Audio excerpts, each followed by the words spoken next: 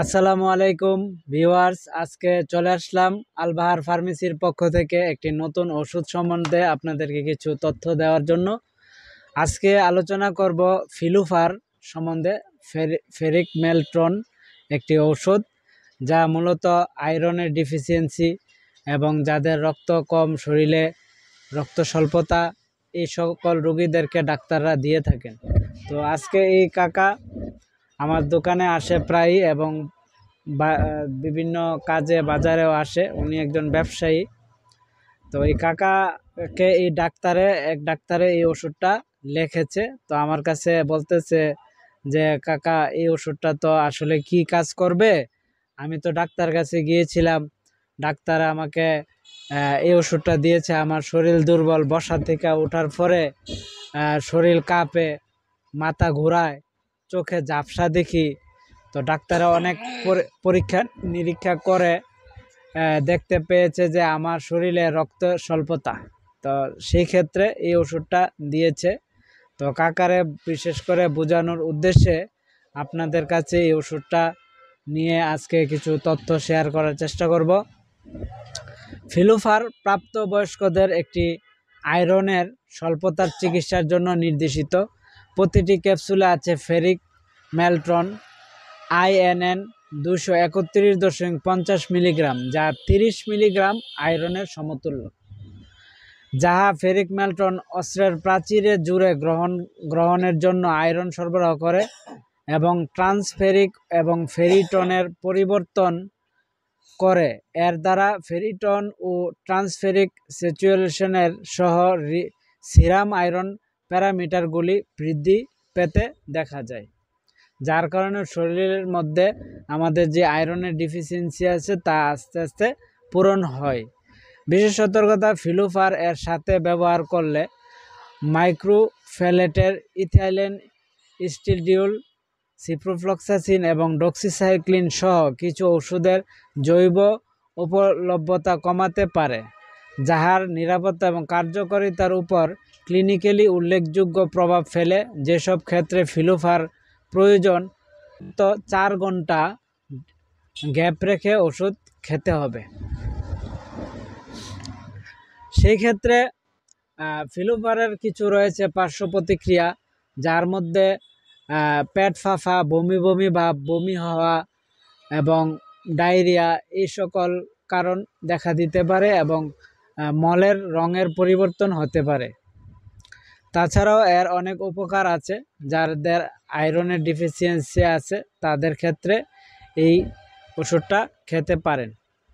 এই ওষুধটা মূলত সাধারণভাবে বলতে গেলে কাকা, আপনার শরীরে যে আয়রনের ডিফিসিয়েন্সিটা আছে, কম আছে, সেই ডিফিসিয়েন্সিটা এই ওষুধটা শরীরের মধ্যে যে তার কোষগুলোর কার্যক্রমের মাধ্যমে আপনার আয়রনটা ধরে রাখে এবং আয়রনের বৃদ্ধি ঘটে। অর্থাৎ আপনার যদি আয়রন হিমোগ্লোবিনের পরিমাণ 9 থাকে, 10 থাকে, তাহলে এই ওষুধটা যদি আপনি নিয়মিত খান, আপনার স্বাভাবিক মাত্রা যখন 12-13 হবে, তখন এই ওষুধটা আপনি বন্ধ করতে পারবেন।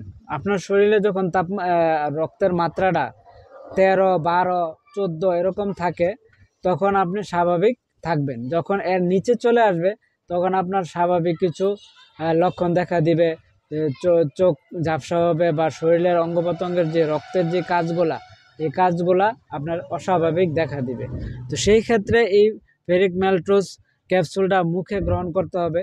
অনেকগুলো আছে চাবানো যায়, গিলা যায় বা এরকম থাকে, কিন্তু এটা শুধুমাত্র মুখে গিলে খেতে হবে, চাবানো যাবে না, চুষা যাবে না, খাওয়া যাবে। তাছাড়া এটার বিশেষ কিছু খাওয়ার নিয়ম হচ্ছে, আপনার খালি পেটে এটা খেতে হবে অথবা খাওয়ার 2 ঘন্টা পরে।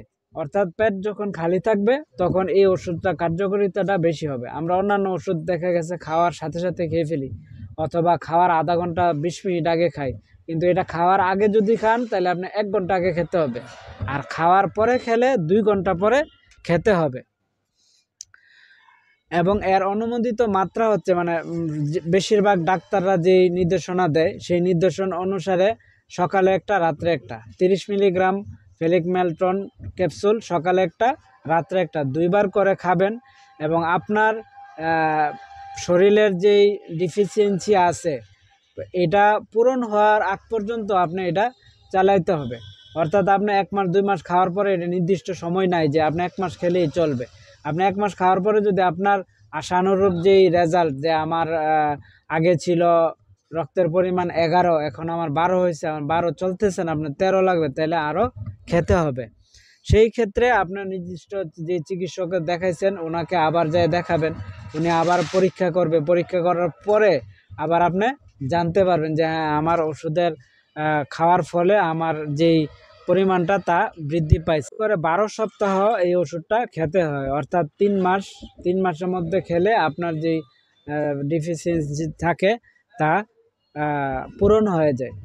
সেক্ষেত্রে এটা হচ্ছে আমাদের যে ওষুধটা ফিলুফার একমি ফার্মাসিউটিক্যালস লিমিটেডের, এটার এটা হচ্ছে আপনার এর দাম হচ্ছে 11 টাকা পিস, 110 টাকা করে প্রত্যেক পাতা।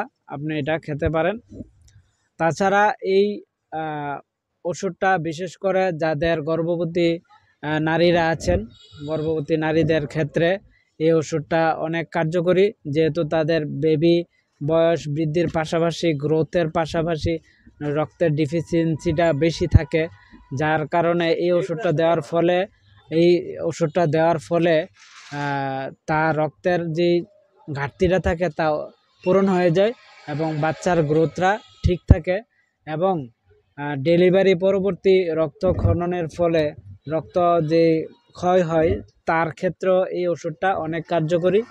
অনেক ডাক্তাররা ডেলিভারি আগে এবং পরে এই ওষুধটা নির্দেশনা দিয়ে থাকেন। তো সেই ক্ষেত্রে কাকা আপনি এই ওষুধটা সম্বন্ধে কিছু বলেন।